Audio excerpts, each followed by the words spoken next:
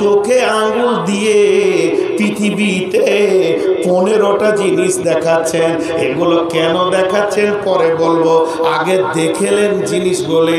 তার মধ্যে নাম্বার 1, ইজা তুকি জাল ফাইয়ুদবালান, জনসাধারণের মাল নেতারা লুটে খাবে। চলছে কি চলছে না? মুখ খুলছেন না কেন? বিপিএল এর মাল, এপিএল এর মাল, ইন্দ্রাবাসের মাল, বিধবা ভাতা, তারপরে স্বাস্থ্য বিমার টাকা, রাস্তায় বরাদ্দ করার টাকা, আর আপনার কি না আপনার রেশনের গম, রেশনের মাল, চাল, আটা ইত্যাদি ডিলার, নিতা ডিলার, এরা সরকারি মাল যত আসবে জনসাধারণের জন্যে এরা লুটে ডাকাতের মতো দিবালোকে খাবে। এদেরকে বলার কেউ থাকবে না, এরা লুটে মালকে জনসাধারণের শেষ করে দিবে। আপনারা চুপ থাকবেন? লুটে খেয়েছে কি খেয়েছে না? আর হ্যাঁ না বলেন? খেয়েছে। এমন খোয়া খেয়েছে, ওদের পেটে যদি টোটো পাঠানো হয় তো মালে ধরবে না, ডাম্পার পাঠিয়ে মাল বার করতে হবে। এত মাল খেয়েছে, ভয় নাই। চলেন, নবী যেটা বললেন কেন, নেতাদেরকে ধরলেন কেন? আপনারা কি বলেন, গঞ্জ না খুঁটা? যেটাতে গরু ছাগল বাঁধেন, খুঁটা। এখানে একটা খুঁটা গেড়ে দেন। খুঁটা যদি মজবুত হয়, গরু থাকবে খুঁটাতে, ছাগল থাকবে খুঁটাতে, ভেড়া থাকবে খুঁটাতে, মহিষ থাকবে খুঁটাতে, গাভী থাকবে খুঁটাতে, ইঁদুর বাঁদর যাকে বেঁধে রাখবেন সে থাকবে খুঁটাতে। খুঁটা যদি লড়বড়ে হয় তাহলে একটা প্রাণী তাতে বাঁধা থাকবে না, লোকের জমির ফসলকে নষ্ট করবে। তো আল্লাহর নবী বলছেন নেতারা হলো সমাজের খুঁটা। নেতা যদি মজবুত হয়, নেতা যদি ইমানদার হয়, চোর ডাকাত লম্পট বাড়াবাড়ি করতে পারবে না, তাদের জানে ভয় থাকবে। আর খোদ নেতাই যদি চোর হয় তাহলে দেশে রাহাজানি, ছিনতাই, জবরদস্তি, মারামারি, হানাহানি, অবাধ আলোচনা চলবে, অবাধ আচরণ চলবে, কেউ কিছু করে নিতে পারবে না, যেহেতু নেতাই নিজে চোর। এর জন্যে আল্লাহর নবী বলছেন জনসাধারণের মালকে নেতারা লুটে খাবে। আমাদের দেশে ট্রাম্প এসেছিল না, ডাম্পার ওর নাম আর সোজা করি বলি, ডোনাল্ড ট্রাম্প এসেছিল কি না? কত টাকা খরচা হয়েছে? সুবহান আল্লাহ, কি মেহমান গো! 5 কোটি টাকা খরচা করেছে ওর পেছনে। ওর হলারের সাইজ কত রে! কি খেলো কি করলো, 5 কোটি টাকা খরচ। আপনাকে যদি বোর্ডে একটা দাগ টেনে দিই, একটা দাগ, যে দাগটা বড় না ছোট, কি বলবেন? কিছু বলতে পারবেন? পাশে আর একটা দাগ টানতে হবে, তাহলে এই দাগটা বড় না ছোট তখন বলতে পারবেন। ঠিক না ভুল? তাহলে নবীজির একটা নেতাকে নিয়ে আসি। নবীজি যতগুলি নেতা পৃথিবীতে বানিয়ে গেছেন, সমাজ সেবক বানিয়ে গেছেন, তার মধ্যে একটার নাম হলো হযরতে ওমর। হযরতে ওমর সৈন্য পাঠিয়েছেন, জেরুজালেমে যাও, সেখানে দিনের দাওয়াত দাও, কালেমার দাওয়াত দাও, তাদেরকে তৌহিদের দাওয়াত দাও। এখন তারা সেখানে গিয়ে কেল্লাতে অবরোধ হয়ে গেছে, বন্দী হয়ে গেছে। জেরুজালেমের প্রাইম মিনিস্টার একটা চিঠি লিখলো, কাকে? হযরত উমরকে। চিঠিটা লেখে একটা দূতকে দিয়ে পাঠিয়ে দিল, এটা মদিনায় দিয়ে এসো। মদিনাতে দূত পৌঁছালেন। পৌঁছানোর পর কি বলছেন? মসজিদে নববীতে গিয়ে আদব নেবেন, জাহাপনা। হযরত উমর উঠে দাঁড়িয়ে বলছে, কে গো বাবু, তোমার বাড়ি কোথায়? বলে আমি জেরুজালেম থেকে এসেছি। ও, বলো কি খবর? বলে আমাদের প্রাইম মিনিস্টার আপনাকে চিঠি দিয়েছে। চিঠিতে লেখা আছে কি যে হযরত আপনার অনেক শক্তি, আপনি অনেক বড় দেশের মালিক, আপনার সঙ্গে যুদ্ধে যেতে চাই না, একটু পরামর্শে বসতে চাই, একটু সন্ধি করতে চাই, তো আমি আপনাকে দাওয়াত দিচ্ছি, আপনি আমার দেশে আসেন। হযরত ওমর আসলামাকে ডাকলেন। আসলামাকে বলেন, আসলামা রে, তুমি একটা উটকে রেডি করো, এখনই জেরুজালেম যেতে হবে। ইসলামের তাকাজা এসেছে, ইসলামের প্রয়োজন পড়েছে, আর লেট করা যাবে না। হযরত ওমরের সামনে যখন উটটা নিয়ে আসলো আসলামা, উটের উপরে চলে গেলেন হযরত ওমর, আর লাগাম ধরে হাঁটছে একটা গোলাম। কবি নজরুল কবিতা লিখতে শুরু করলেন, হেরি পশ্চাতে চাহি তুমি চলিয়াছ দৌড়, তুমি চলিয়াছ রৌদ্র দগ্ধ দুর্মুর পথ বহি, জেরুজালেমের কেল্লা যেতাই আছে অপরাধ করে, বীর মুসলিম সিনাদল তব বহুদিন মাস ধরে, দুর্গের দ্বার খুলিবে তারা বলেছে শত্রু শেষে, উমার যদি গো সন্ধি পত্রে স্বাক্ষর দেয় এসে।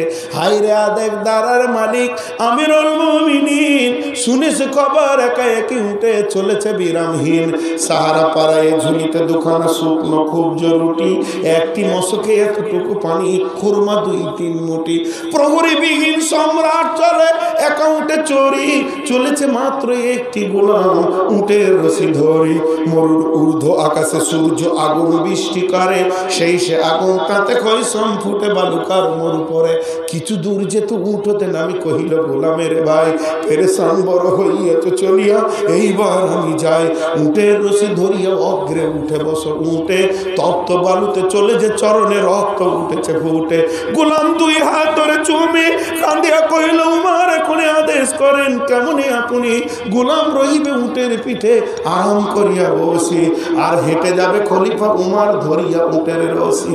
খলিফা হাসিয়া বলে, তুমি জিতে গিয়ে বড় হতে চাও ভাই রে, এমনই চলে, কিয়ামতে আল্লাহ যেদিন বলিবে উমার ওরে, করিনি খলিফা মুসলিম জাহানের তরে সুখ তরে তরে, কি জবাব দিব, কি করিয়া মুখ দেখাবো রসুলের ভাই, আমি তোমাদের প্রতিনিধি মাত্র, মোর অধিকার নাই, আরামে সুখের মানুষ হইয়া মানুষের নিতে সেবা, ইসলাম বলে সকলে সমান, কে বড় ক্ষুদ্র কে বা, গোলাম চড়িল উটের পিঠে, উমর ধরিল রশি, মানুষের স্বর্গে তুলিয়া ধরিয়া ধুলাই নামিল সচি, জর্ডান নদী হদ হবে পার, শত্রুরা কহে হাঁকি, যার নামে কাঁপে অর্ধ পৃথিবী সেই উমার নাকি, যখন জর্ডান নদী আমার উমান পার করে, ইমান পার করে যখন জর্ডান নদী পার করছে, জর্ডান নদীতে উট নামছে, এমন সময় কোম্পানি মেজর দাঁড়িয়ে স্যালুট দিয়ে বলছে, আদব নেবেন জাহাপনা, পালা পড়ে গেছে, আসলামার উপরে থাকবে।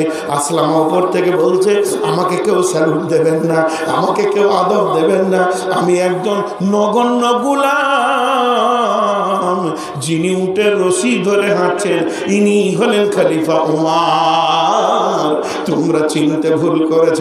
বন্ধুরা আমার, এই রকম নেতা সমাজসেবী বানিয়ে দিয়ে বিশ্ব নবী চির সুখের নিদ্রায় শুয়ে রয়েছেন মদিনায় মানোয়ারায়, অথচ নবীজি বলে গেলেন, আমার উম্মত সেবা দিয়েছে মানুষকে, আমার উম্মতের ভিতরেই এমন নেতা হবে রে, জনসাধারণের মালকে নিশ্চিন্তে লুটে খেয়ে নিবে, তার মনে এতটুকু প্রতিক্রিয়া করবে না। এটা পৃথিবীতে চলছে কি চলছে না? নাম্বার 2, ওয়াল আমানাতু মাগনামান, ওয়াল আমানাতু মাগনামান, ওয়াল আমানাতু মাগনামান, আমানত যার কাছে মাল দেওয়া হবে, মাদ্রাসার টাকা যার কাছে রাখা হবে, মসজিদের টাকা যার কাছে রাখা হবে, আপনার কওমি ফান্ডের টাকা যার কাছে রাখা হবে, খিলাফের টাকা যার কাছে রাখা হবে, 20 বছর যখন মাদ্রাসা চালানো হয়ে যাবে, একবার ক্যাশিয়ারকে নিয়ে বসলে গোলমালের খাতা শেষ করা যাবে না। এই ঘটনাতে জড়িত অনেক ক্যাশিয়ার ফেসে গেছে, মসজিদ মাদ্রাসা খিলাফের টাকাতে ফেসে গেছে। আল্লাহর নবী বলে গেছেন, আমানতের খিয়ানতি বেড়ে যাবে রে, তবে সকলকে এই লিস্টে ধরা যাবে না। আর আকসার হুকুমুল কুল, বেশিরভাগই ঘটনা ঘটবে, আমানতের খিয়ানতি চলবে। 3 নম্বরে নবীজি বলছেন ওয়াযাকাতু মাগরামান, যাকাতকে জরিমানা মনে করবে। তার মানে আমার বমি হচ্ছিল, বমিটা আস্তে আস্তে যখন মুখের কাছে এলো, দাঁত মুখে চেপে ধরে ওই বমিটাকেই আমি গিলে নিয়ে পেট পুরা করে নিলাম, এর থেকে জঘন্য কেউ হতে পারে না। তার মানে যার উপরে যাকাত ফরজ হয়ে গেছে, যাকাতটাকে বাঁচানোর জন্যে, যাকাত থেকে মারার জন্যে বিভিন্ন পন্থা অবলম্বন করে যাকাতটাকে শেষ করে দেবে। যাকাত দিতে চাইবে না, যাকাত দিতে ওর গায়ে বড় ব্যথা লাগবে। অনেক মা আছে, বোন আছে, তাদের সোনা 8 ভরি 9 ভরি অতিক্রম করে দিয়েছে, এরাও যাকাত দিতে চাইবে না, এরাও যাকাত থেকে দূরে সরে থাকবে। অতএব স্বর্ণের, রূপার, গরু, ছাগল, টাকা পয়সা, মালের পরিমাণ মতো যাকাত দেবে এমন লোক পাওয়া যাবে না। 4 নম্বরে নবীজি বলছেন তুউল্লিমা লিগাইরি দ্বীন, দিন শিখবে, দিনের অক্ষর শিখবে, কিন্তু বেদিনী মানে দুনিয়া কামানোর জন্য শিখবে। আর একটা তর্জমা হচ্ছে মহাগ্রন্থ আল কোরআন, জ্ঞানের ভান্ডার আল কোরআন, জ্ঞানের সমুদ্র আল কোরআন, ভদ্রতার সমুদ্র আল কোরআন। আমার উম্মত তার ছেলেকে কোরআনের শিক্ষা বাদ দিয়ে বেদিনী শিক্ষার প্রচার প্রসার বেড়ে যাবে। আজকে বুদিয়া মাদ্রাসার বয়স কত? একে যদি হিসাব লাগানো যায়, বয়স হয়েছে 50 বছর, মাত্র ছোট্ট মতো একটা কুঁড়ে বিল্ডিং তৈরি হয়েছে। এটা এমন কিছু হয় নাই। একটা মিশনের বয়স কত? মাত্র 6 মাস, তত্তর করে 7 তলা বিল্ডিং এ পরিণত হয়ে যাচ্ছে। আল্লাহর নবী বলে গেছেন আমার উম্মতের চিন্তা চেতনা যত জেনারেল শেখার পেছনে চলে যাবে, অতটা দ্বীনি শিক্ষার পেছনে থাকবে না। আর মিশনগুলিতে আরবি আছে, মিশনগুলিতে কোরআন আছে, মিশনগুলিতে কায়দা পড়ানো হয়, নামাজ পড়ানো হয়। কেন কেন কেন? তাদের উদ্দেশ্য নয় দ্বীন প্রতিষ্ঠিত হোক, তাদের উদ্দেশ্য ওটা একটা ঘাই, ওটা একটা টোপ, যাতে করে খরিদ্দারের লুধানটাই দিকে এসে যায়। অতএব আল্লাহর নবী বলে গেছেন তুউল্লিমা লিগাইরি দ্বীন। 5 নম্বরে নবীজি বলেছেন আতার রাজুল ইমরাতাহু, পুরুষেরা মেয়েদের বশীভূত হয়ে চলবে, মেয়েদের পেছনে পেছনে পেছনে পেছনে এরা নিজের জীবনটাকে সার্থক মনে করবে, ধন্য মনে করবে। যাকাতকে জরিমানা মনে করছে কি করছে না? তারপরে আমানতের খিয়ানতি হচ্ছে কি হচ্ছে না? দ্বীনি শিক্ষা বাদ দিয়ে বেদিনী শিক্ষার পেছনে মানুষ সময়।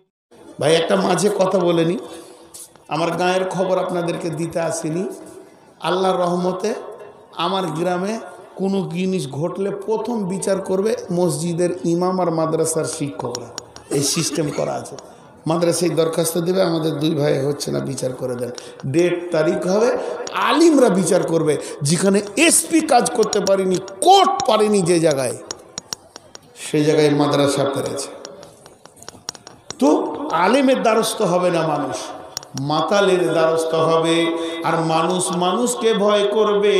ওয়া উকরিমার রাজুলু মাখাফাতাশ শাররিহি, মানুষ মানুষকে ভয় করবে, সম্মান দিবে তার মারের ভয়ে। এই রাস্তাতে একটা লোক পার হয়ে গেছে, চায়ের দোকানে 5 জন বসে আছে।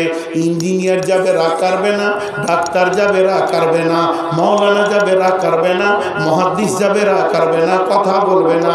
আর যখন গায়ের সেরা খুনি ডাকাতটা যাবে, সবাই বলবে ভাই ভালো আছো, এ চাকে যাও ভাই ভালো আছো। যত বেঈমান লম্পট যারা মানুষকে কঁত কঁত করে কিল মারতে পারবে, তারা রাস্তাঘাটে চায়ের কাপ বেশি পাবে। আল্লাহর নবী বলেছেন ওয়া উকরিমার রাজুল মাখাফাতাশ শাররিহি, তার কিলের গজে চায়ের কাপ বের হবে। আল্লাহ তাবারাক ওয়া তাআলার নবী তখন বলছেন ওয়া জাহারাতিল কায়নাতু ওয়াল মাজিফু, আমার উম্মতের ঘরগুলো সব সিনেমার ঘরে পরিণত হয়ে যাবে। জি একটা উদাহরণ দিই, রূপ কথা বলবো, বানিয়ে বানিয়ে বলবো, কোনো দিন এটা আর হবে না, সেই সৌভাগ্যটা চলে গেছে। ধরেন আল্লাহর রসুল এসছেন এই মসজিদে, এটা বোঝানোর জন্য বলছি। তো নবীজি আসার পরে পরেই সবাই আমরা মুসাফা করলাম, দেখা করলাম। তো নবীজিকে সবাই ডাকছে, না আমার বাড়ি আসেন, আমার বাড়ি আসেন। তো বলছে আমি কারু বাড়ি যাব না, আমি খলিলের বাড়ি যাব। আব্দুল খলিলকে ডাকো তো, ওর সাথে দরকার আছে। তো খলিলকে ডাকা হলো। তো নবীজি বলছে তোর ঘর যাবো চল। তো খলিল এমনি করছে, হুজুর বিছানা টিছানাগুলো মসজিদে এনে দিই, খাবার এনে দেবো। তোর ঘর যাবো বলছি, তো ফের তুই বিছানা মসজিদ আনবি কেন? ঘরে আমার 4টা রুম, তো 4টা রুম আমার একটু জায়গা হবে না? হুজুর আমরা স্বামী স্ত্রীতে একটা রুমে থাকি, আজকে 25 বছর বিয়ে করেছি, ফরজ গোসল বুঝি না, ঘরের খবর খুব খারাপ আছে। আমার বেটিটা মালদা কলেজে পড়ে, সে একটা রুমে থাকে, যত খেলার প্লেয়ার সিনেমার নায়কের ছবিতে ঘরটা ভরে রেখেছে। আমার বেটাটা চাঁচল কলেজে পড়ে, সে যত নায়িকা আর যত খেলার মহিলা প্লেয়ারের ছবি ভরে রেখেছে। একটা যদি বটুখানা ঘর আছে, ওখানে আমার সমস্ত নেতাদের ছবি ভরা আছে, নেতাজি, পিতাজি, ফাতাজি, ফতাজি সব ভরা আছে। বন্ধু 4টা রুমের ভিতরে নবীজির একটু জায়গা হলো না, বলে বারান্দাতে থাকবো।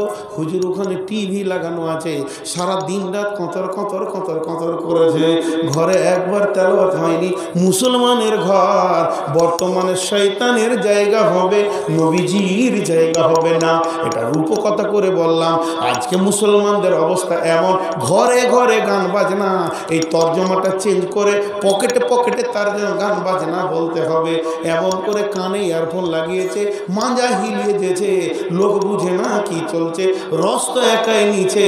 আল্লাহর নবী বলেছেন আমার উম্মত গানে মাতোহারা হবে।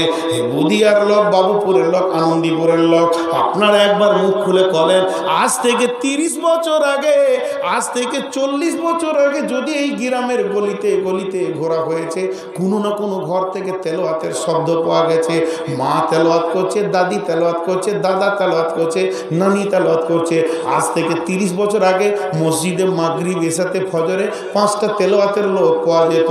এখন এমন অবস্থা হয়ে গেছে, ইউটিউব নিয়ে এত ব্যস্ত রয়েছে ছেলেরা, মাঠে 5টা যুবক বেড়াতে গেছে, আপোষে গল্প করবে, বুদ্ধির কথা বলবে তা নয়, সবাই নিজের নিজের নেট খুলে ফিরছে ফিরছে, কিছুই কথা নাই, বুবার মতো বসে আছে। আল্লাহর নবী বলেছেন কিয়ামতের মাল পৌঁছে গেছে। জি, ইমাম বুখারী আলাইহি রাহমা একটা হাদিস আনতে গিয়ে 1 মাস হেঁটে গিয়েছে, 1 মাসে হেঁটে এসছে একটা হাদিস। 6 মাস গিয়েছে, 6 মাস এসছে। আর একটা হাদিসে এখন কতক্ষণ লাগবে? 1 মিনিট, ব্যাস চলে এলো হাদিস। তার মানে ওনাকে লেগেছে 1 বছর, এনাকে লাগবে 1 মিনিট। এত সময় কম লাগছে কেন? জি ভাই, আপনাদের 3টে বক্তা উঠবেন না, উদাহরণটা খুব চমক দিছি। এখন বাজছে একটা, এখন বাজছে একটা বক্তার ট্রেন আছে রিজার্ভেশন 2টায়, আর একটা বক্তার আছে সকাল 6টায়, আর একটা বক্তার আছে বেলা 1:30টায়। আপনার কাছে 2টা যন্ত্র আছে, একটা বাইসাইকেল, একটা মোটর সাইকেল, আর একজনাকে হেঁটে যেতে হবে। কাকে হাঁটাবেন? যার বেলা 1:30টায় তাকে আপনি বলবেন ভাই ধীরে ধীরে হেঁটে চলে যান। যার সকাল 6টায় তাকে সাইকেলটা দিবেন, আর যার সময় কম তাকে বাইকটা দিয়ে বলবেন বাইকটা নিয়ে যান, গ্যারেজে দিয়ে দেবেন, ওটা আমার বন্ধুর গ্যারেজে, আপনি ট্রেন ধরে চলে যান। তাহলে যার সময় কম তার যন্ত্র দ্রুত গতি হবে, আর যার সময় বেশি তার যন্ত্রের প্রয়োজন হবে না। আগেকার ইমাম বুখারীর জামানায় মানুষ হেঁটেছে গেছে, মুসার জামানায় হেঁটেছে, নবীজির জামানায় হেঁটেছে, মানুষ হাসতে হাসতে 150-200 বছর বেঁচে গেছে। আর এখন মানুষ গড় 20 বছর আয়ু হয়ে গেছে, ওর হাতে যদি মোবাইল না আসবে তো রসকস পাবে কি করে? বন্ধুরা আমার, আল্লাহর নবী যতগুলি কথা বলে গেছেন সবগুলি কাজে লেগেছে। যে কোনো বাড়িতে যান, কোলের বাচ্চাটাকে তুলে নিয়ে এমনি করে কোলে নেন, ইংলিশ বলবে, বাংলা বলবে, মিষ্টি মিষ্টি কথার উত্তর দেবে। আপনি আমি ভাববো ছেলেটার ব্রেন খুব বেশি, আসলে ব্রেন নয়, আসলে ওর আয়ু কম, অল্প বয়সে বাপ হবে, নানা হবে, দাদা হবে, দুনিয়া থেকে চলে যাবে। এটা বুদ্ধির খেল নয়, ওর আয়ু কমেছে। জি, আগেকার যুগের 18-20 বছরের ছেলেকে যদি বিয়ের কথা বলতো তো লুকিয়ে যেত। আমার বড় ভাই বিয়ে করেছিল, বউ দেখেনি। আমার বাপ দেখে এসেছে, মা দেখে এসেছে, বললো তোর বিয়ে ঠিক হয়ে গেছে রে, তুই এবার রেডি। সে যে কেমন হবে ও দেখেইনি। আমার জামানাতে বিয়ের কথাই বলতে পারছি না লজ্জায়। আব্বা বলছে অমুক জায়গা থেকে একটা মেয়ের খবর আসছে, তোকে আমি হুকুম দিচ্ছি, বাপের হুকুম রাখতে হবে, তুই মৌলবি আছিস, দেখে আসবা, আমাকে রিজাল্ট দিবি, তোর পছন্দ না পছন্দ। আমি দেখে আসার পর আমি বললাম যে আমি দেখেছি, নিজে নিজে বুঝে নিয়েছি, আপনি দেখে যেটা ফয়সালা করবেন ওটা হবে। এইটা হলো আমার জামানায়। আর এখনকার ছেলেরা বলে দিচ্ছে অমুক বাড়িতে মাল সেটিং আছে। যদি জিজ্ঞেস করা হচ্ছে তুই দেখলি কি করে, বলে অন্তত 25টা মেলাতে ওকে নিয়ে ঘুরেছি, পার্কে ঘুরেছি। ভেজাল গোলমাল। বন্ধুরা আমার, এর জন্য তওবা করে বিয়ে পড়ানো ছেড়ে দিয়েছি, বিয়ে পড়ানো ছেড়ে দিয়েছি, বিয়ে পড়ানো ছেড়ে দিয়েছি। আমি নূর মোহাম্মদ একটা বিয়ে পড়াতে যাচ্ছিলাম আমার গ্রামে, হঠাৎ একজন আমাকে আটকে দিল, তুই কোথায় যাবি বিয়ে পড়াতে? কেন? বলে আমাকে দেখেছে যে, ওদের শখ আমি বিয়ে পড়াবো।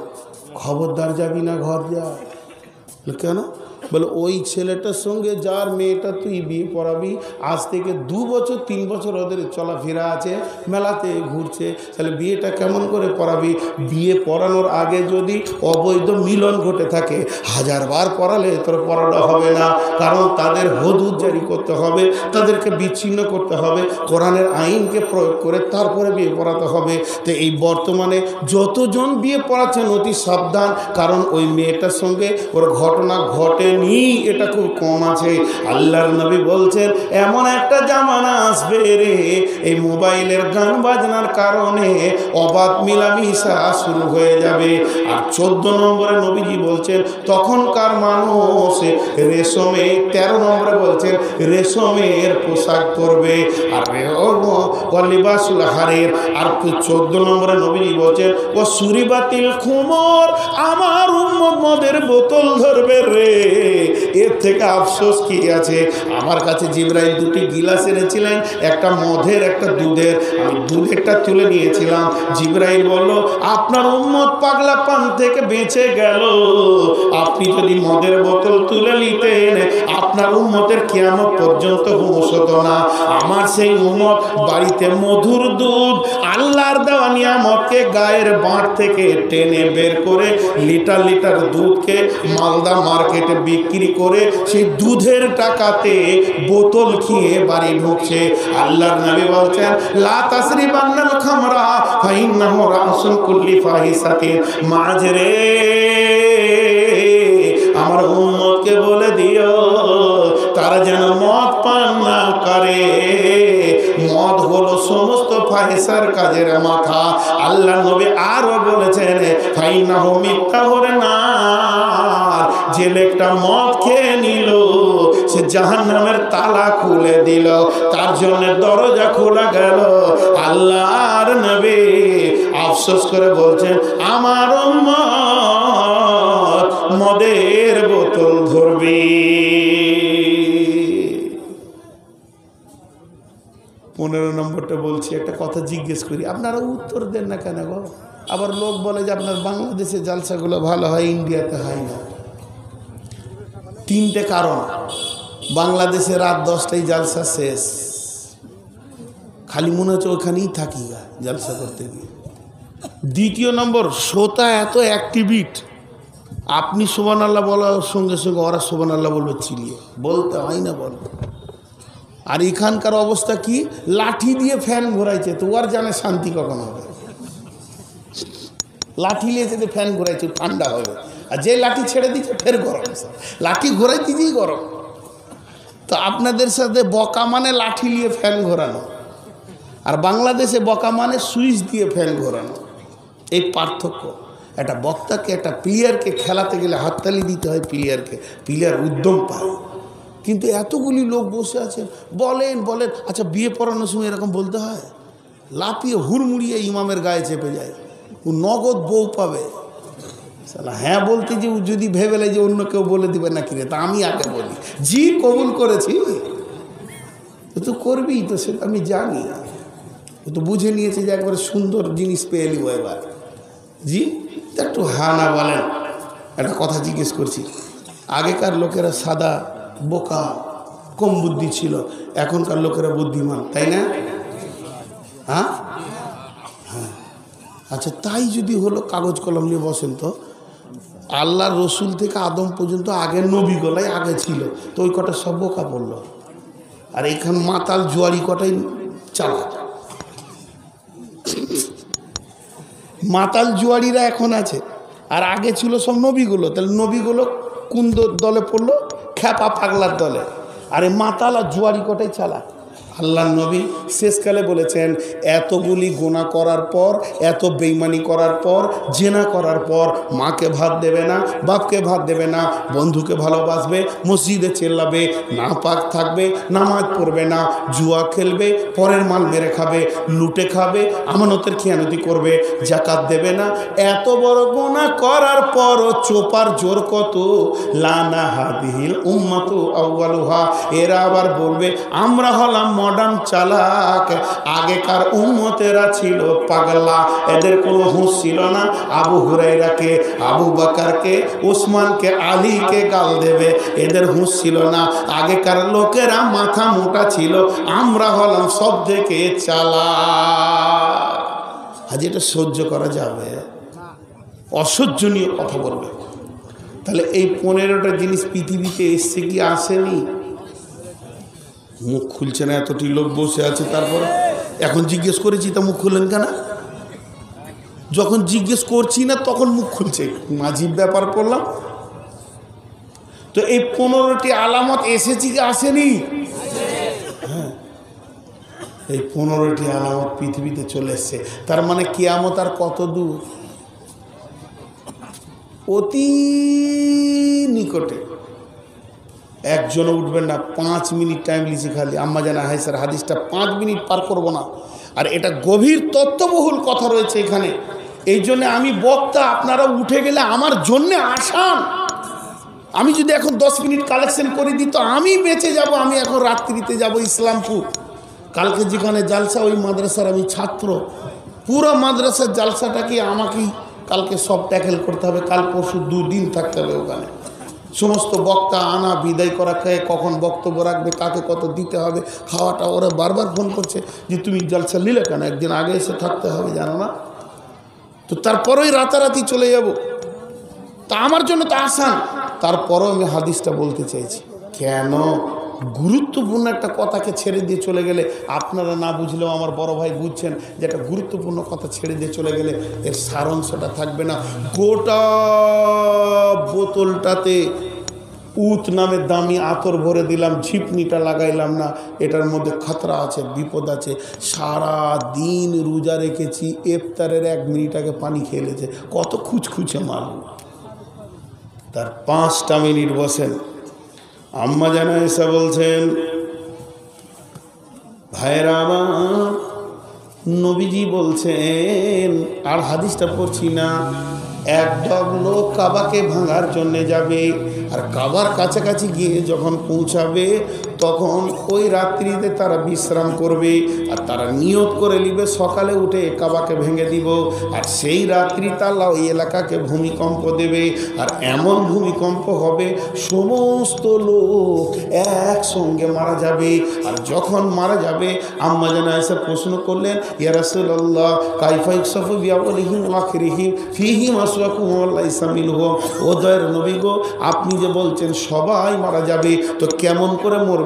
আমি আয়েশা বুঝতে পারছি না, কারণ ওখানে তো সবাই দোষী নয়। কাবা ভাঙতে গেছে 5 জন, 10 জন, 20 জন, আর যারা ঘুমিয়ে আছে ফজরে নামাজ পড়ার নিয়তে, অনেক লোক ঘুমিয়ে থাকবে, সকালে হাটে যাব, বাজারে যাব, কেউ নিয়তে থাকবে শ্বশুর বাড়ি যাব, স্কুলে যাব, কলেজে যাব। তো এরা কেন মরবে? এরা কোন দোষের দোষী?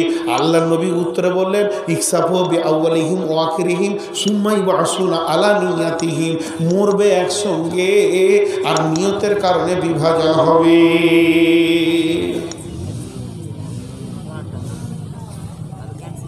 মালদা থেকে একটা ট্রেন ছাড়ে ইন্টারসিটি, অনেক কটা ইন্টারসিটি ছাড়ে, একটা আমাদের বর্ধমান হয়ে যায়। তো ট্রেনটা যখন ছাড়বে, চোর ডাকাত লম্পট চাকরিজীবী ব্যবসাজীবী হোক আর সবাই উঠবে। ট্রেন একটা হাওড়াতে গিয়ে যখন লাগবে, যার যেদিকে কাজ সে সেদিকে যাবে। তো নবীজি বলতে চাইলেন, পৃথিবীতে যদি আল্লাহর গজব আসে, তো বুধিয়াতে যখন ঝড় আসবে, ঘূর্ণিঝড়, তো নামাজির ঘরটা বাদ দিয়ে দিয়ে আর যারা জাকাত দিয়েছে ওই ঘরটা বাদ, যারা দেয় নাই এই ঘরটাতে হবে, এই রকম হবে না। আল্লাহর গজব হলো ময়ের মতো, সবটিকে মারবে, ট্রেনের মতো নিয়ে চলে যাবে। কিন্তু যখন কিয়ামতের প্ল্যাটফর্মে উঠবে এই লোকগুলো, এদের নেকি আর গুনার কারণে রাস্তাটা আলাদা হবে। ঝামেলা শেষ। হাদিসটা কেন বললাম একটু মিলিয়ে দিই। তার মানে পৃথিবীতে এগুলো যখন চলছে, তোমাকে বুঝে নিতে হবে কিয়ামত এসছে। বেঈমানদের বেঈমানির কারণে পৃথিবী ধ্বংস হবে, বেঈমানদের বেঈমানির কারণে পৃথিবী ধ্বংস হবে। আর ওই ধ্বংসে হে ইমানদার, তোমাকে জান্নাতে যেতে হবে। অতএব তুমি তোমার বেডিংকে রেডি করে নাও জান্নাতে যাওয়ার জন্য। তুমি তোমার বেডিংকে রেডি করে নাও জান্নাতে যাওয়ার জন্যে। এই গাড়িটি তোমাকে জান্নাতে যেতে হবে। আসেন, আল্লাহর নবী বলছেন কিয়ামত হবে হবে হবে হবে, এতক্ষণ করা হলো। এবার রানিং চলছে চলছে। গতকাল বলেছেন জালসা হবে, আজকে সকালে বলেছেন জালসা হবে, আজকে বিকালে বলেছেন জালসা হবে, আজকে মাগরিব পর বলেছেন জালসা হবে। আর যখন থেকে বক্তা উঠে গেছে তখন থেকে আপনাদের মুখের শব্দ চেঞ্জ হয়ে গেছে। আপনারা বলছেন জালসা হচ্ছে, জালসা হচ্ছে, জালসা হচ্ছে। এবার শেষ হতে চললো। তো আল্লাহর নবী বলছেন 10টা জিনিস যখন তোমরা দেখবে, তখন জেনে নাও যে কিয়ামত রানিং চলছে।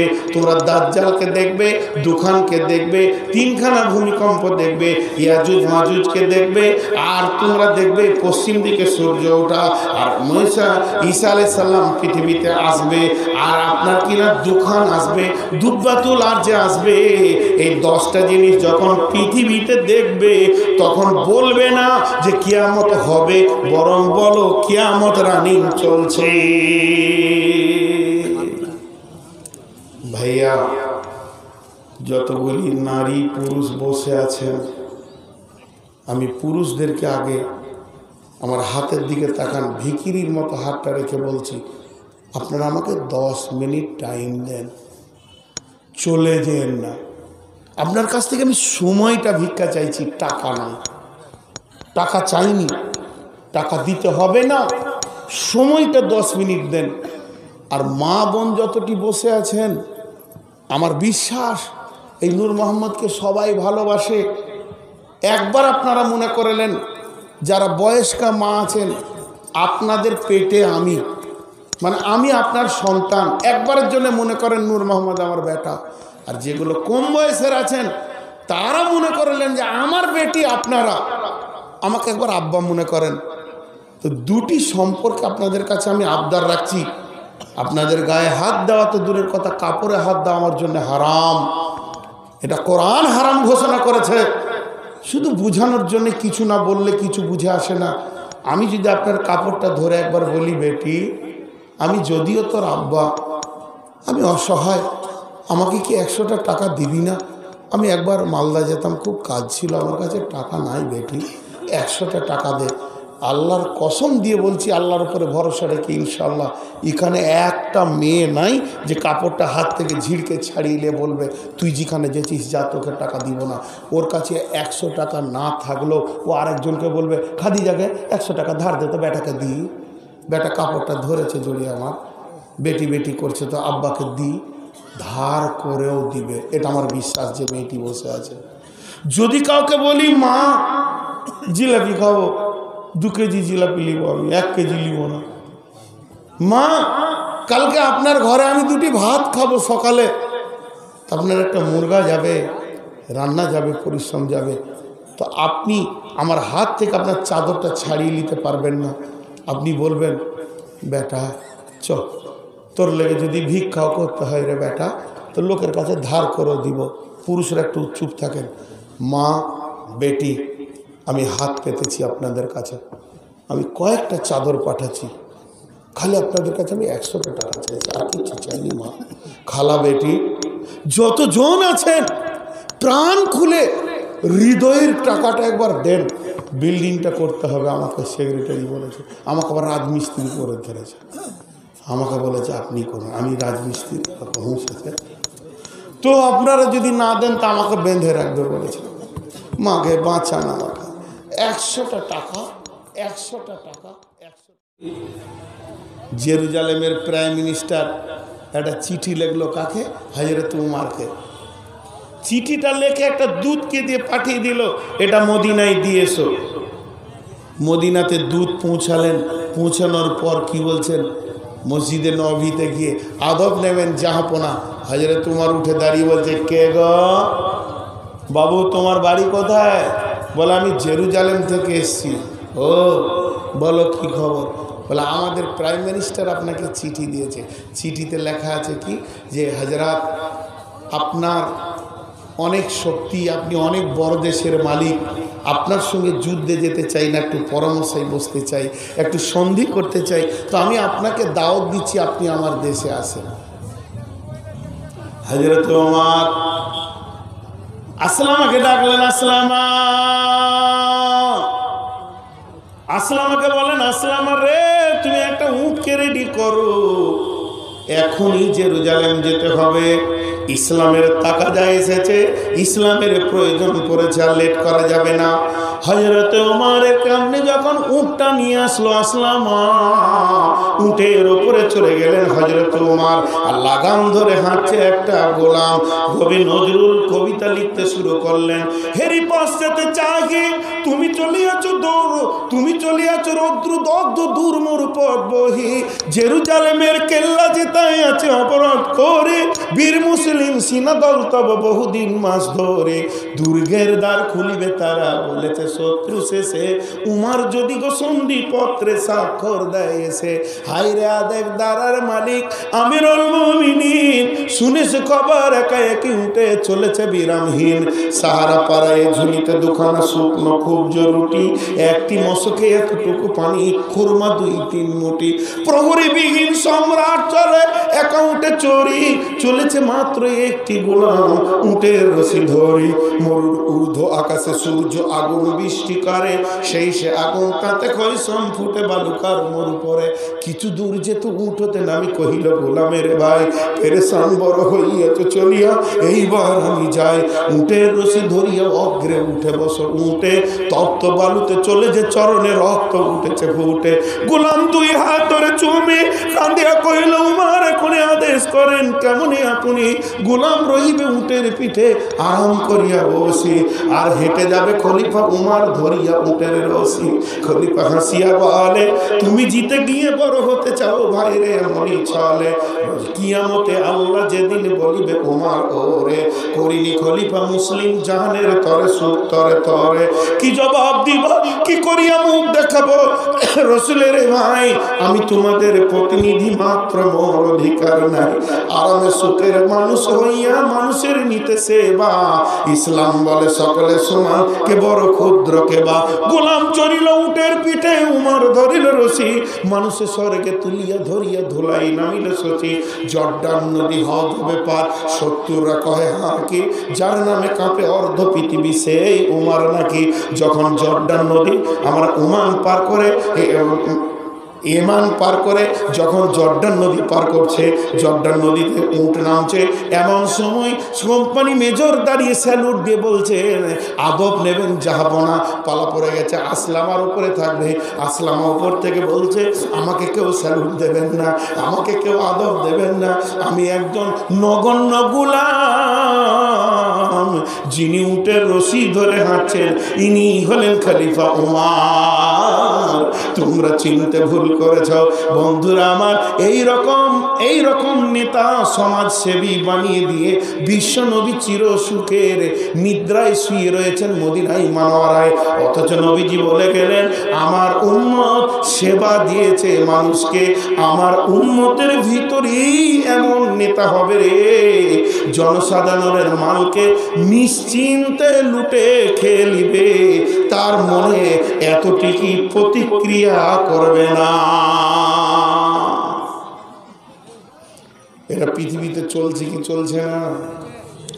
নাম্বার 2, ওয়াল আমানাতু মাগনামান, ওয়াল আমানাতু মাগনামান, ওয়াল আমানাতু মাগনামান। আমানত যার কাছে মাল দেওয়া হবে, মাদ্রাসার টাকা যার কাছে রাখা হবে, মসজিদের টাকা যার কাছে রাখা হবে, আপনার কওমি ফান্ডের টাকা যার কাছে রাখা হবে, খিলাফের টাকা যার কাছে রাখা হবে, 20 বছর যখন মাদ্রাসা চালানো হয়ে যাবে, একবার ক্যাশিয়ারকে নিয়ে বসলে গোলমালের খাতা শেষ করা যাবে না।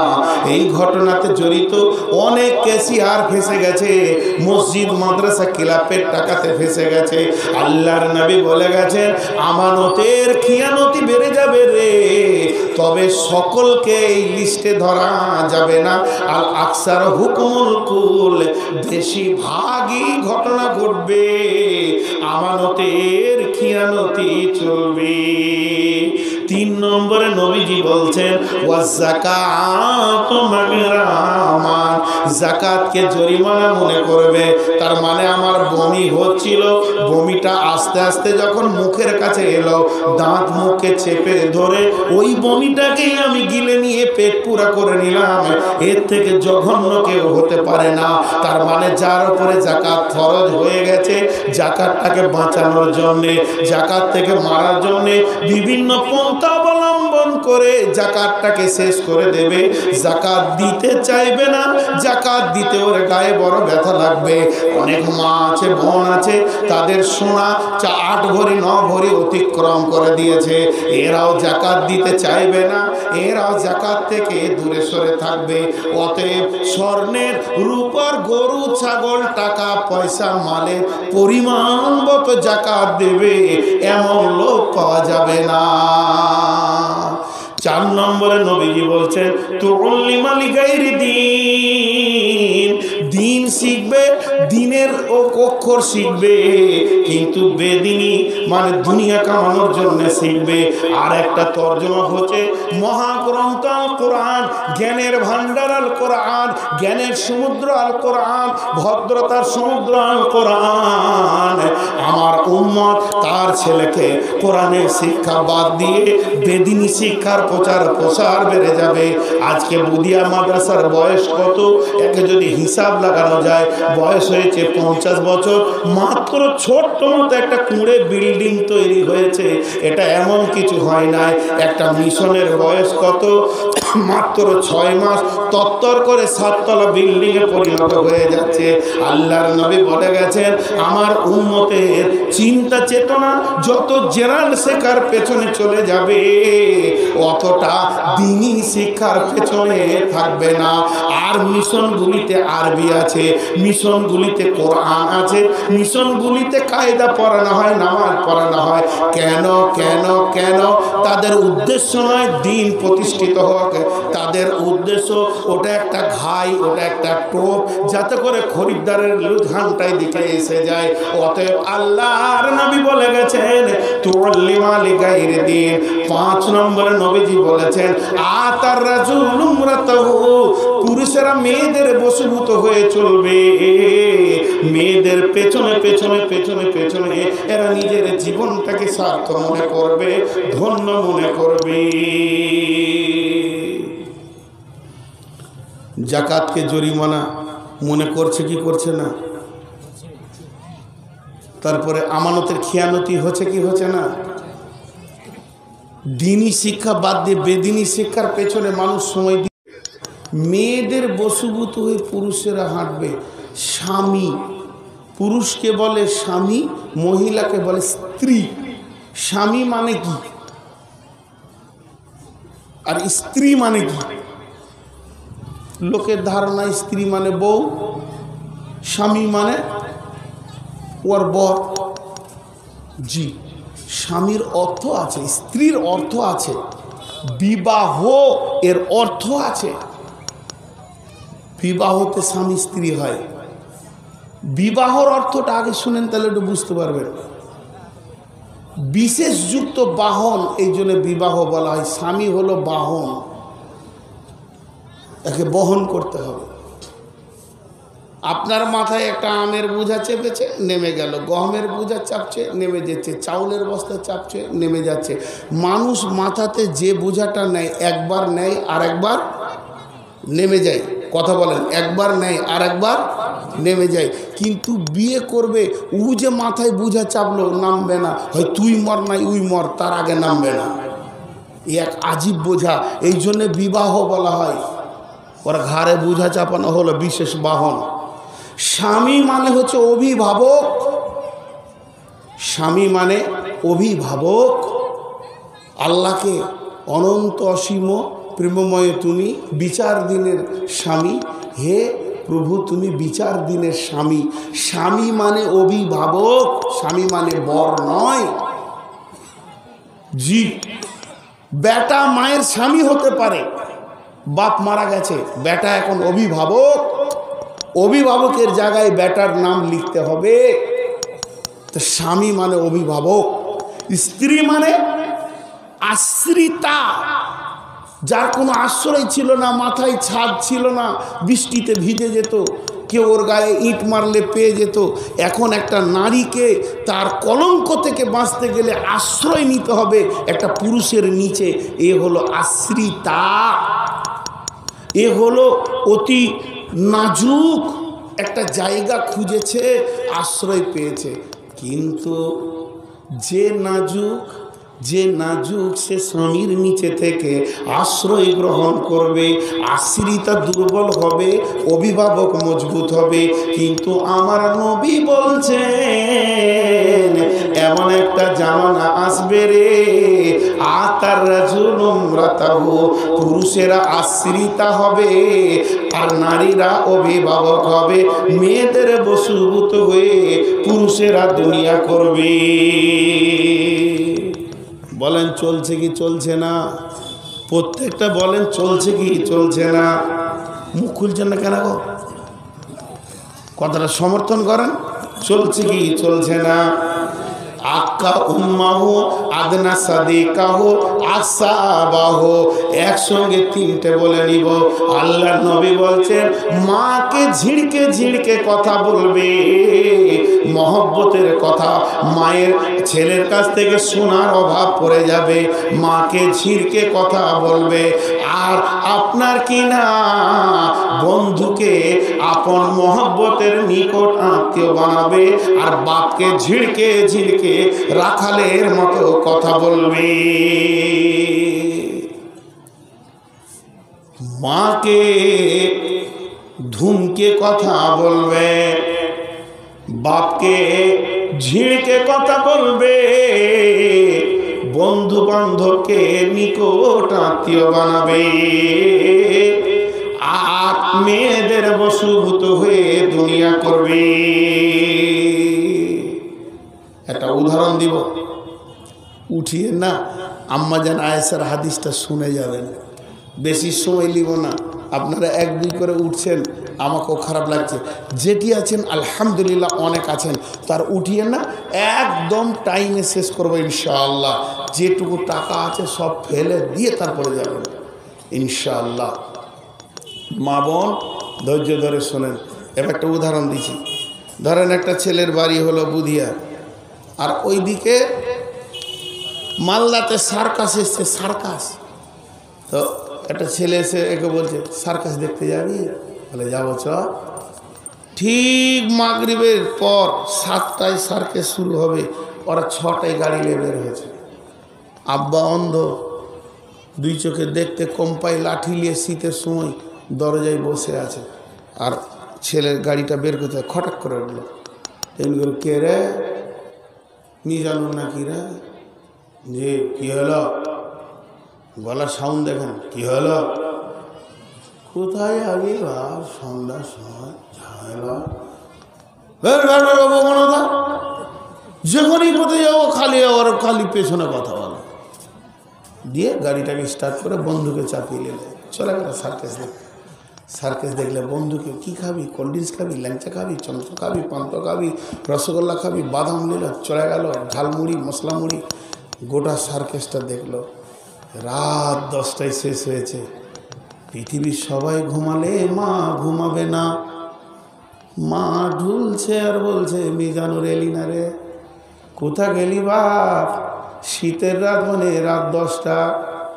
এবারে দরজাতে গুর গুর গুর গুর গুর গুর করে গাড়িটা ঢুকছে।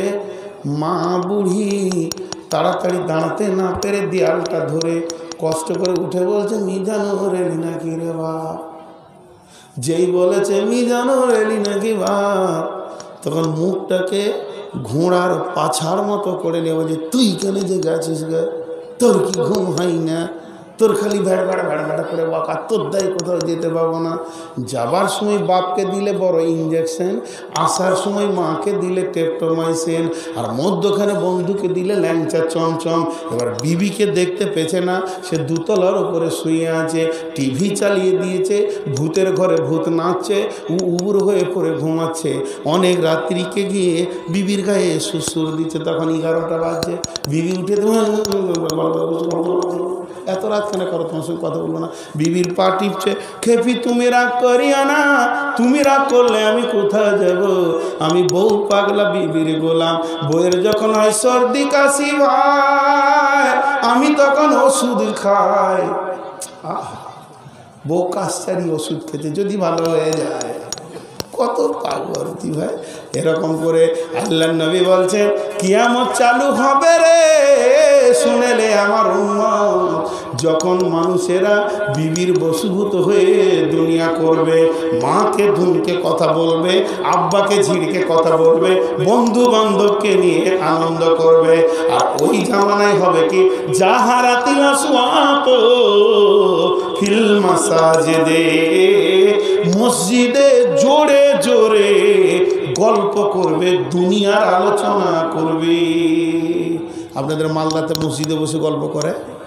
আর হ্যাঁ না বলে না? যদি বলা হয় চাচা মসজিদে কেন গল্প করছেন, চাচা তখন মুফতির মতো ফতোয়া দিবে, দুনিয়াতে হালাল ইনকাম করাটাও তো ফরজ, আর এই ফরজ কথা এটাও তো ইবাদত, আর ইবাদতের কথা, ব্যবসা বাণিজ্যের কথা মসজিদে আলোচনা করছি, চলবে না চলবে না। আর চাচা ফতোয়া দেবে এই ব্যবসা করাও ইবাদত, অতএব মসজিদে আলোচনা করা কি অসুবিধা আছে? যখন তুমি ডাক্তারের চেম্বারে যাও চিল্লিয়ে কথা বলতে পারো না, এসপির চেম্বারে যাও চিল্লিয়ে কথা বলতে পারো না, বড়বাবুর সামনে চিল্লিয়ে কথা বলতে পারো না, আমরা ট্রাফিক পুলিশের সামনে চিল্লিয়ে কথা বলতে পারো না। আর মসজিদে কেন এত তুমি চিল্লাও? তাহলে এই লোকগুলির থেকে কি আল্লাহর ইজ্জত কম আছে? আমার নবী বলছেন জাহারাতিল আসওয়াত ফিল মাসাজিদে, মসজিদে জোরে জোরে দুনিয়ার কথা আলোচনা করবে। চাষ করা যদি ইবাদত হয়, পেশাব পায়খানা করা কি? যারা বলেন দোয়া করে পেশাব পায়খানা করা ইবাদত কি না? তাহলে লোটালে মসজিদ ঢুকতে হবে ইবাদত করতেছি। জেনা করলে গুনাহ হবে, জেনা করলে গুনাহ হবে, বিবির সঙ্গে মিললে নেকি হবে। জেনা করলে যত বড় গুনাহ, বিবির সঙ্গে মিললে অত বড় নেকি। স্বামী স্ত্রী আপোষে মিলাটা হলো নেকির কাজ, এটাও হলো ইবাদত। যদি স্বামী স্ত্রী সারা রাত মহব্বতের সঙ্গে কাটিয়ে দিতে পারে, ওই রাতটা ইবাদতে পরিণত হয়। তাহলে কি বিবি আর বালিশ নিয়ে মসজিদ চলে যেতে হবে? মসজিদের ইবাদত মসজিদে হবে, মাঠের ইবাদত মাঠে হবে। আল্লাহর নবী বলছেন তোমরা দেখতে পাবে কিয়ামতের আগে মসজিদে জোরে জোরে দুনিয়ার কথা চলবে। এবার 10 নম্বরে একটা কড়া কথা বলছেন, কতজন নিতে পারবেন আর পারবেন না আমি জানি না। আল্লাহর নবী বলছেন সাদাল কাবিলাতা ফাসিকুহুম জাইমুল কওমে আরদুলুহুম, গ্রামের নেতা হবে চরিত্রহীন লোক। প্রতিটি গ্রামে যারা বিচার করবে, যারা বিচারক হবে, নেতা হবে, গাঁকে পরিচালনা করবে, টোলাকে পরিচালনা করবে। এরা চরিত্রহীন, ফাসিক, জেনা, ব্যভিচার, মদ, সুদে ডুবে থাকবে। ওই আবার গর্দন উঁচু করে বিচারে বসে থাকবে। আলেমের বিচার করবে, মওলানা মুফতির বিচার করবে। দুই ভাই নামাজি জায়গা নিয়ে ঝগড়া লেগেছে, এদের বিচার করবে। ভাই একটা মাঝে কথা বলেনি, আমার গায়ের খবর আপনাদেরকে দিতে আসিনি। আল্লাহর রহমতে আমার গ্রামে কোনো জিনিস ঘটলে প্রথম বিচার করবে মসজিদের ইমাম আর মাদ্রাসার শিক্ষকরা। এই সিস্টেম করা আছে। মাদ্রাসায় দরখাস্ত দেবে, আমাদের দুই ভাই হচ্ছে না, বিচার করে দেন। ডেট তারিখ হবে, আলিমরা বিচার করবে। যেখানে এসপি কাজ করতে পারেনি, কোর্ট পারেনি, যে জায়গায়, সেই জায়গায় মাদ্রাসা পেরেছে। তো আলেমের দ্বারস্থ হবে না মানুষ, মাতালের দ্বারস্থ হবে। আর মানুষ মানুষকে ভয় করবে। মানুষ মানুষকে ভয় করবে, সম্মান দিবে তার মারের ভয়ে। এই রাস্তাতে একটা লোক পার হয়ে গেছে, চায়ের দোকানে 5 জন বসে আছে। ইঞ্জিনিয়ার যাবে, রাগ কাটবে না। ডাক্তার যাবে, রাগ কাটবে না। মৌলানা যাবে, রাগ কাটবে না। মুহাদ্দিস যাবে, রাগ কাটবে না, কথা বলবে না। আর যখন গায়ের সেরা খুনি ডাকাতটা যাবে, সবাই বলবে, ভাই ভালো আছো, এ চা খেয়ে যাও, ভাই ভালো আছো। যত বেঈমান লম্পট যারা মানুষকে কঁত কঁত করে কিল মারতে পারবে, তারা রাস্তাঘাটে চায়ের কাপ বেশি পাবে। আল্লাহর নবী বলেছেন, ওকরিমার রাজুল মাখাফাতা শাররিহি, তার কিলের গজে চায়ের কাপ বের হবে। আল্লাহ তাবারক ওয়া তাআলার নবী তখন বলছেন, ওয়া জাহারাতিল কায়নাতু ওয়াল মাজিফু, আমার উম্মতের ঘরগুলো সব সিনেমার ঘরে পরিণত হয়ে যাবে। জি, একটা উদাহরণ দিই, রূপ কথা বলবো, বানিয়ে বানিয়ে বলবো। কোনোদিন এটার হবে না, সেই সৌভাগ্যটা চলে গেছে। ধরেন আল্লাহর রসুল এসছেন এই মসজিদে, এটা বোঝানোর জন্য বলছি। তো নবীজি আসার পরে পরেই সবাই আমরা মুসাফা করলাম, দেখা করলাম। তো নবীজিকে সবাই ডাকছে, না আমার বাড়ি আসেন, আমার বাড়ি আসেন। তো বলছে, আমি কারু বাড়ি যাব না, আমি খলিলের বাড়ি যাব। আব্দুল খলিলকে ডাকো তো, ওর সাথে দরকার আছে। তো খলিলকে ডাকা হলো। তো নবীজি বলছে, তোর ঘর যাবো চোখ। তো খলিল এমনি গেছে, হুজুর বিছানা টিছানাগুলো মসজিদে এনে দিই, খাবার এনে দেবো। তোর ঘর যাবো বলছি, তো ফের তুই বিছানা মসজিদ আনবি কেন? ঘরে আমার 4টা রুম, তো 4টা রুম আমার একটা জায়গা হবে না? হুজুর আমরা স্বামী স্ত্রীতে একটা রুমে থাকি, আজকে 25 বছর বিয়ে করেছি, ফরজ গোসল বুঝি না, ঘরের খবর খুব খারাপ আছে। আমার বেটিটা মালদা কলেজে পড়ে, সে একটা রুমে থাকে, যত খেলার প্লেয়ার, সিনেমার নায়কের ছবিতে ঘরটা ভরে রেখেছে। আমার বেটাটা চাঁচল কলেজে পড়ে, সে যত নায়িকা আর যত খেলার মহিলা প্লেয়ারের ছবি ভরে রেখেছে। একটা যদি বটুখানা ঘর আছে, ওখানে আমার সমস্ত নেতাদের ছবি ভরা আছে, নেতাজি, পিতাজি, ফাতাজি, ফতাজি সব ভরা আছে। বন্ধু, 4টা রুমের ভিতরে নবীজির একটু জায়গা হলো না। বলে বারান্দাতে থাকবো, হুজুর ওখানে টিভি লাগানো আছে, সারা দিন রাত কতর কতর কতর কতর করেছে, ঘরে একবার তেলাওয়াত হয়নি। মুসলমানের ঘর বর্তমানে শয়তানের জায়গা হবে, নবীজির জায়গা হবে না। এটা রূপকথা করে বললাম। আজকে মুসলমানদের অবস্থা এমন, ঘরে ঘরে গান বাজনা। এই তর্জমাটা চেঞ্জ করে পকেটে পকেটে তার গান বাজনা বলতে হবে। এমন করে কানে ইয়ারফোন লাগিয়েছে, মাজা হিলিয়ে দিয়েছে, লোক বুঝে না কি চলছে, রস্ত একাই নিচে।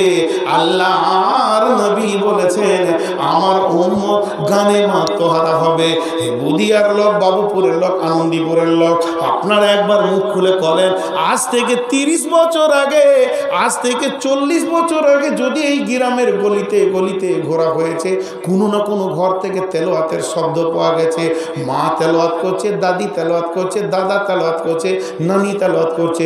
আজ থেকে 30 বছর আগে মসজিদে মাগরিব, এশাতে, ফজরে 5টা তেলাওয়াতের লোক পাওয়া যেত। এখন এমন অবস্থা হয়ে গেছে, ইউটিউব নিয়ে নিয়ে এত ব্যস্ত রয়েছে, ছেলেরা মাঠে 5টা যুবক বেড়াতে গেছে, আপোষে গল্প করবে, বুদ্ধির কথা বলবে তা নয়, সবাই নিজের নিজের নেট খুলে ফিরছে, কিছুই কথা নাই, বুবার মতো বসে আছে। আল্লাহর নবী বলেছেন কিয়ামতের মাল পৌঁছে গেছে। এখানে যতগুলি মহিলা আছে সবাই মা হতে পারবে, এখানে যতগুলি মহিলা আছে সবাই মা হতে পারবে। একটা মেয়েকে মা হতে গেলে, পুরুষে একটা মেয়েকে মা হতে গেলে এ যতগুলি পার্শ্বের দরকার আল্লাহ মেয়েদেরকে দিয়ে দিয়েছে, ওরা মা হতে পারবে। কিন্তু অতক্ষণ পর্যন্ত মা হবে না, অতক্ষণ পর্যন্ত মা হতে পারবে না যতক্ষণ পুরুষের সামান্য পানি সে না পেয়েছে। তাহলে পুরুষের পানি যতক্ষণ পর্যন্ত মহিলা না পাবে রে, ও যেমন মা হতে পারবে না। আমার আল্লাহ বলছেন সারা পৃথিবীতে যত গাছ আছে, ফল ফসলের যত গাছ রয়েছে, আগাছা যত রয়েছে, ফসলের শাক সবজির, আসমানের মৌসিরাতের পানি না পেলে কেউ ফসল ধারণ করবে না। আমি যদি ওই পানিটা বন্ধ করে দিই, তোরা গাছ লাগিয়ে ক্লান্ত হয়ে যাবে, একটা আমের মুখ দেখতে পাবি না। ওই মৌসিরাতের পানির অপেক্ষায় এই গাছগুলিকে বিয়েন ধরে, আবার তারা ফল দেয়। তাই আমার আল্লাহ বলছেন ও আনজালনা মিনাল মৌসিরাতি মাআন সাজ্জাজা লিনুখরিজা বিহি হাব্বান ওয়া নাবাতা। সারা পৃথিবীটাকে গাছে ভরে দিয়েছি, সবুজ করে দিয়েছি। লিনুখরিজা বিহি হাব্বান ওয়া নাবাতা ওয়া জান্নাতিন আলফাফা। এতগুলি বলার পর আমার আল্লাহ বলছেন ইন্না ইয়াউমাল ফাসলি কানা মিকাতা। জি ভাই, এতগুলি আল্লাহ যখন করেছেন, আল্লাহ নিজে বলছে, তা কিয়ামত আল্লাহ বানাতে পারবে কি পারবে না? সবাই একবার হালকা করে মুখ খুলি, জোরে চিল্লাবো না, আল্লাহ কিয়ামত বানাতে পারবেন কি পারবেন না? মহব্বতের সঙ্গে পেছনের লোকগুলো একবার আল্লাহর হস্তে মুখ খুলেন, আল্লাহ কিয়ামত বানাতে পারবেন কি পারবেন না? এতগুলি আল্লাহ বলছে আমি যখন পেরেছি তো ওটাও পারবো। তাহলে কিয়ামতটা কত দূরে এখন আর বলেন? আর কদিন পর হবে কিয়ামত, কত দূরে আছে সেটা? সেই কিয়ামতটা কই আসছে না কেন? আমি কখন পৌঁছাবো কিয়ামতের কাছে? কত দূরে আছে? জি, এবারে নবীজি বলছেন, খুব ধ্যানের সঙ্গে শুনবেন। নবীজি বলছেন কিয়ামতটা কত দূরে আছে শুনেলে। বিসমিল্লাহির রহমানির রহিম। ওয়া নবী হুরায়রা রাদিয়াল্লাহু তাআলা আনহু قال قال রাসূলুল্লাহ সাল্লাল্লাহু আলাইহি ওয়াসাল্লাম খামসা আসারা খাসলাতান মিন উম্মতি ইযা তুখিজাল ফাইয়্যু বালান ওয়াল আমানাতু মাগনামান ওয়াজ যাকাতু মাগরামান তুউল্লিমা লিগাইরি দীনি আতার রাসূল উমরাতাহু আক্কা উম্মাহু আদনা সাদিকাহু আফসা আবাহু জাহারাতিল আসওয়াতু ফিল মাসাজিদি।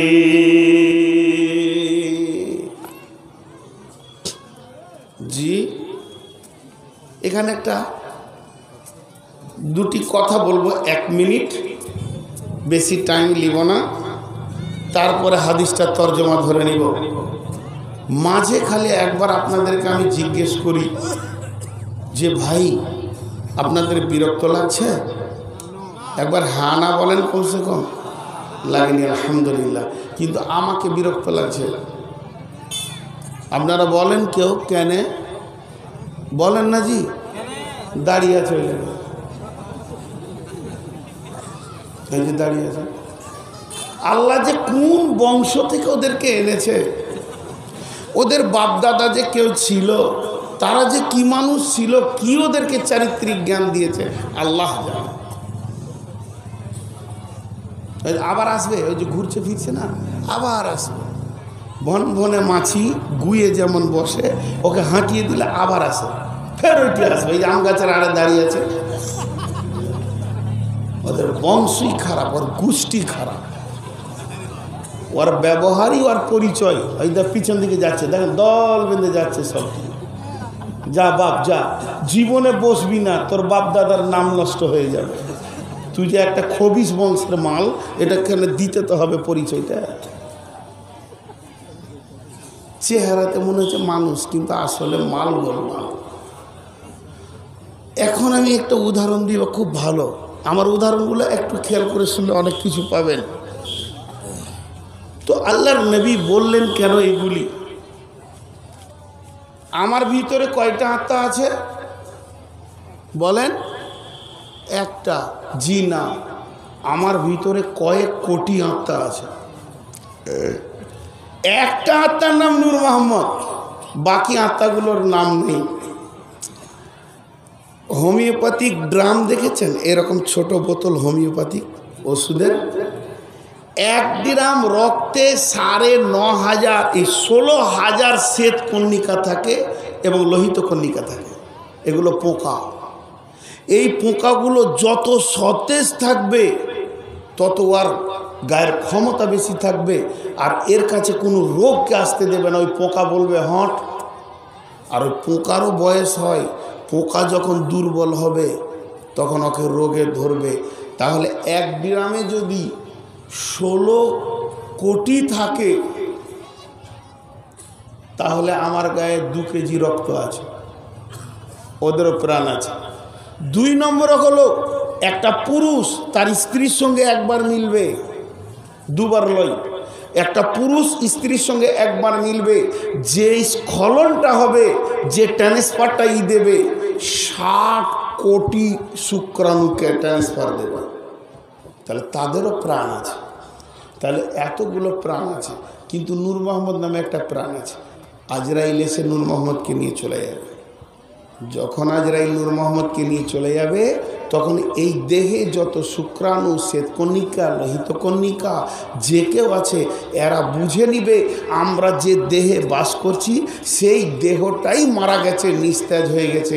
অতএব আমরাও কিছুক্ষণের মধ্যে মারা যাব, তারাও মারা যাবে, শেষ হয়ে যাবে, পচে যাবে। তাহলে পৃথিবী যেদিন ধ্বংস হয়ে যাবে, সেই দিন আমরা যারা পৃথিবীতে বাস করছি তাদের অবস্থা কি হবে? ধ্বংস হবে। পৃথিবী কখন ধ্বংস হবে? নবীজি বলছেন, আবু হুরায়রা বর্ণনা করছেন, তিরমিজি শরীফের হাদিস। আল্লাহর নবী বলছেন, রে আবু হুরায়রা, যখন আমার উম্মতের ভিতরে তুমি দেখবে 15টি কাজ তারা পৃথিবীতে করছে, তার দ্বারা 15টি কাজ হচ্ছে, সে 15টি কাজে আমার উম্মত মত্ত হয়ে গেছে, তখন জেনে নাও পৃথিবী ধ্বংসর কবলে পৌঁছে গেছে, শুধু স্টার্ট হতে বাকি আছে। আজকে হলো আপনাদের জালসার তারিখ 14 তারিখ, কিন্তু ঢুকে গেছে 15 তারিখ। তো 14 তারিখে মাইক এসে গেছে, প্যান্ডেল হয়ে গেছে, লাইট লেগে গেছে, শ্রোতারা এসে গেছে, সভাপতি বসে গেছেন, এখনো পর্যন্ত স্টার্ট হয়নি। মানে সামগ্রীগুলো পৌঁছে গেছে, আর একটা মাইক আনতে বাকি নাই, একটা লাইট আনতেও বাকি নাই, একটা তারও দরকার আছে সেটাও বাকি নাই, চেয়ার 10টা আর বাকি নাই। মানে যতগুলি মালকে নিয়ে এই জালসাটা চলবে, সমস্ত মালগুলি এসে গেছে।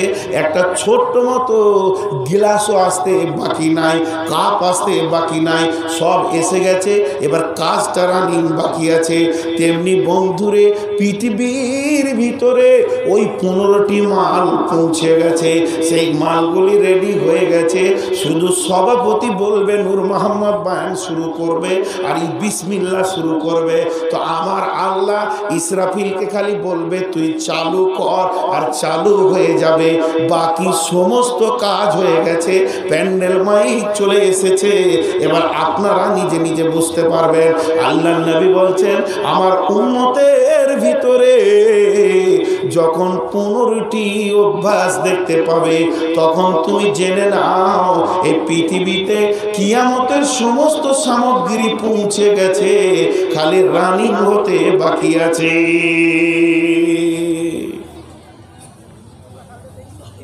কিছু দেখে কিছু বোঝা যায়। আরেকবার বলছি, কিছু দেখে কিছু বোঝা যায়, যায় কি যায় না? একটা ছোট্ট মতো কথা, মার্কেটে মোড়ে,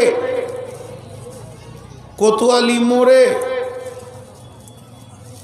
মালদা মার্কেটে একটা পাগলি ঘুরে বেড়ায়, পাগলি পাগলি, ওর ব্রেন শট, ওর গায়ের শরীরে কাপড়ও ভালো করে নাই, আর মাস গোসল করেনি ঠিক নেই, আর গোটা শরীরের নোংরা কাদাতে ভর্তি, মাছি ভ্যান ভ্যান করছে, চুলে জটা লেগেছে, ওর দিকে তাকানো যায় না। ওই পাগলিটা অন্তঃসত্ত্বা হয়ে গেছে, পাগলিটার পেটে বাচ্চা চলে এসেছে। গোটা মালদার ক্লাবের ছেলেরা একসঙ্গে বসে বলছে কে করবে ওকে, এত বড় মুসিবতে কে ফেলেছে, পাতা লাগা, ওর ব্যবস্থা করতেই হবে। একটু হালকা এসেছে, ওকে পাগলিকে ধরে নিয়ে ডাক্তার দেখিয়ে বলছে এটা মাস 1.5-2 বটে, 3 মাসের বটে। পাতা লাগাচ্ছে, ঢেড়ি লাগালো। শেষকালে এক উকিলের বিবি, উকিল, মালদা কোর্টের উকিল, অ্যাডভোকেট, ক্লাবের ছেলেদেরকে ডাকলো, ডেকে বলছে উকিল রাতে যখন ঘর আসবে তোমরা ওকে একটু চাপ দিও, মেয়েটার ব্যবস্থা করতে হবে। এরা তো দাঁতে আঙুল, উকিল, অ্যাডভোকেট, মাথা কাজ করছে না, এত শিক্ষিত মানুষ, এই কাজ। বিবি বলেছে উকিলের, আর মানুষের চরিত্র বিবি ধরতে পারে। আল্লাহ রসুল বলে গেছেন উকিলকে সন্ধ্যার সময় ডাকা হলো, ক্লাবের ছেলেরা বলল ওনারও সম্মানটা রাখ, কিন্তু কঠিন অ্যাক্সিডেন্ট, 8-10 জন শিক্ষিত ছেলে থাকলো, বাকি সব চলে গেল। উকিলকে চাপ দেওয়া হবে, মেয়েটার ব্যবস্থা কী হবে? উকিল বলছে ঠিক আছে দেখছি বিষয়টা, আমি ডাক্তার দিয়ে ওটাকে ডেলিভারি করিয়ে দিচ্ছি। ডাক্তারদের ডেলিভারি করে দিল, কিন্তু এদের মাথা থেকে একটা জিনিস সরছে না, উকিল গেল কী করে ওর কাছে, রুচল কী করে? উকিল কোর্টে চলে গেছে, ঠিক ফাঁকা টাইমে 6-7টা ছেলে গিয়ে ওর স্ত্রীকে ডাকছে, বৌদি একটু নিচে আসবে। 2তলা থেকে নিচে এলো, বৌদি আপনি কি করে আপনার স্বামীকে সন্দেহ করলেন? তখন বলছে কিছু দেখে কিছু বোঝা যায়, কিছু দেখলে কিছু বোঝা যায়, আমার স্বামীর রুচি জ্ঞান কম। বলে কেন?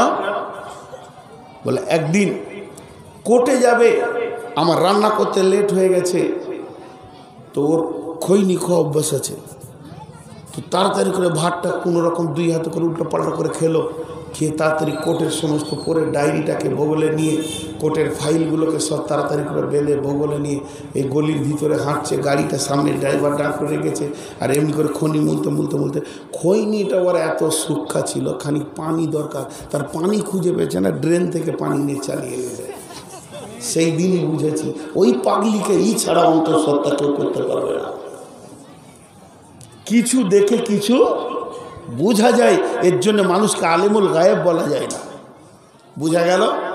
আর হ্যাঁ না বলে না, কিছু দেখলে কিছু আইডিয়া করতে হয়। আপনি চিল্লাইতে শুরু করেছেন, মা খায়রন রে, এ খাদিজা, মা আয় বেটি তাড়াতাড়ি আয়, আরে বাবা ছেলেকে ডাকছেন, এ রফিকুল আয় আয় আয় বাপায়, এই ভুট্টা চিতল বৃষ্টি হবে। এখন খায়রন যদি বলে তুমি আল্লাহ, মেঘ যে উঠে গেছে, পূর্ব দিকে মেঘ তত্তর করে কালো হয়ে গ্রাস করছে, আর আল্লাহ বলা যাবে ওকে? যে কারণে বৃষ্টি হয় সেটা উঠে গেছে, ডাক্তার লিখে দিয়েছে তোর বাপ আর 2 দিন বাঁচবে। ও কি আলেমুল গায়েব?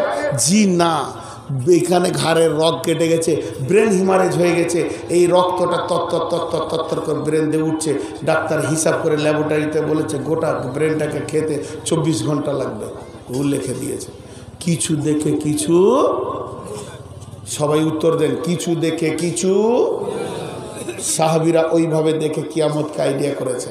এবার কিছু আপনাদের সামনে দিচ্ছি, ওইগুলো দেখেন আর কিয়ামত কত দূরে বুঝে নেবেন। আল্লাহর নবী বলছেন ইজা তোকে জাল ফাইয়দু বালান, কয়টা আছে, কয়টা বল।